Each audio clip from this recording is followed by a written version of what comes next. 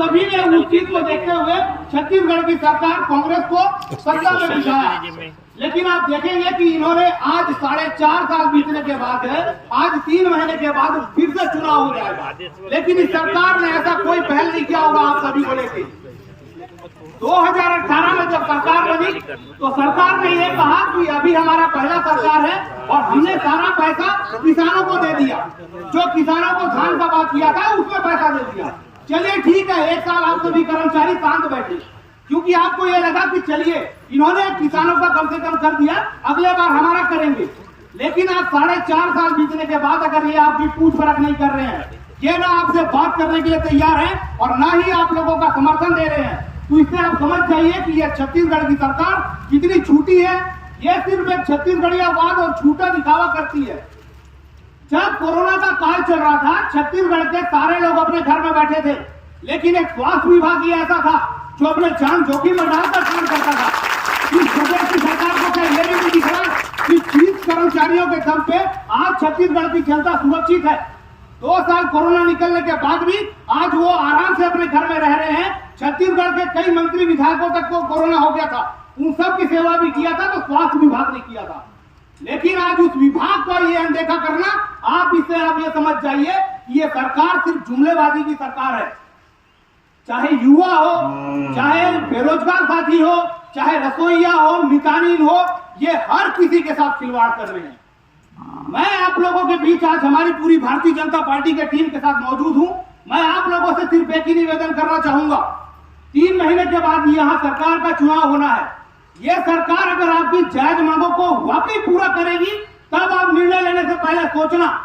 अगर ये सिर्फ एक जुमलेबाजी तरीके से समिति का गठन करेगी, बोलेगी कि हम कमेटी का गठन कर रहे हैं, उसके बाद निर्णय लेंगे, तो आप एक चीज तय मानना मेरी बात को कि ये सरकार आपका कार्य नहीं करेगी। आप लोगों को चुनाव के समय हर चीज का ध्यान में रखते हुए इस बार वोट देना है, क्योंकि पिछले बार की गलती के कारण आज जो प्रदेश में इस तरह से लूट, शराबखोरी, छत्तीसगढ़ की सरकार जब ये बनाए तो बोले थे महिलाओं को ध्यान में रखते हुए कि हम शराबबंदी करेंगे, लेकिन शराबबंदी तो छोड़ दो, 3-3, 4-4 हजार करोड़ का शराब घोटाला हुआ है, जिसके चलते आज कई कांग्रेसी नेता जेल में है। इससे आप समझ जाइए कि ये सरकार को सिर्फ भ्रष्टाचारी, घूसखोरी, कमीशनखोरी और दूसरा अगर आप लोगों का ट्रांसफर करवाना है तो तबादला उद्योग भी हो गया है, जिसमें आपको विधायकों मंत्रियों के पास जाके पहले पैसा चढ़ाना पड़ेगा, उसके बाद आप लोगों का ट्रांसफर होगा।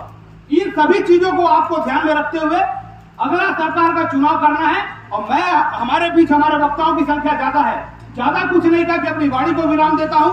जय हिंद, जय भारत, जय छत्तीसगढ़। ये छत्तीसगढ़ सरकार के लिए सबसे पहले शर्म की बात है कि उसने जो अपनी चुनावी घोषणा पत्र में जो उन्होंने 36 बिंदु रखा था, उसमें उन्होंने ये रखा था कि आप सभी संविदा कर्मचारियों को वो नियमित करेंगे। लेकिन सरकार में आने के बाद उस सरकार ने 36 वादों में मेरे को नहीं लगता कि एक भी अपना वादा पूरा किया होगा। ये सरकार जो सरकार में बैठी है सिर्फ अपने झूठे चुनावी घोषणा पत्र के दम पे, झूठे वादों के दम पे। छत्तीसगढ़ की जनता भोली भाली है। छत्तीसगढ़ की जनता को यह लगा कि 15 साल भारतीय जनता पार्टी की सरकार थी, इसने कई निर्माण कार्य किए, कई भर्तियां निकाली, कई तरह की योजनाओं का लाभ दिया लोगों को। लेकिन जब भारतीय जनता पार्टी संविदा कर्मचारियों को नियमित नहीं की, 2018 का जब चुनाव आया तब उनको ये लगा कि चलो इस बार 15 साल हो गया और कांग्रेस की सरकार कह रही है कि हमको नियमित करेंगे। जाहिर सी बात है, हर किसी के मन में होता है कि हमको लाभ हो कि 30 कर्मचारियों के दम पे आज छत्तीसगढ़ की जनता सुरक्षित है।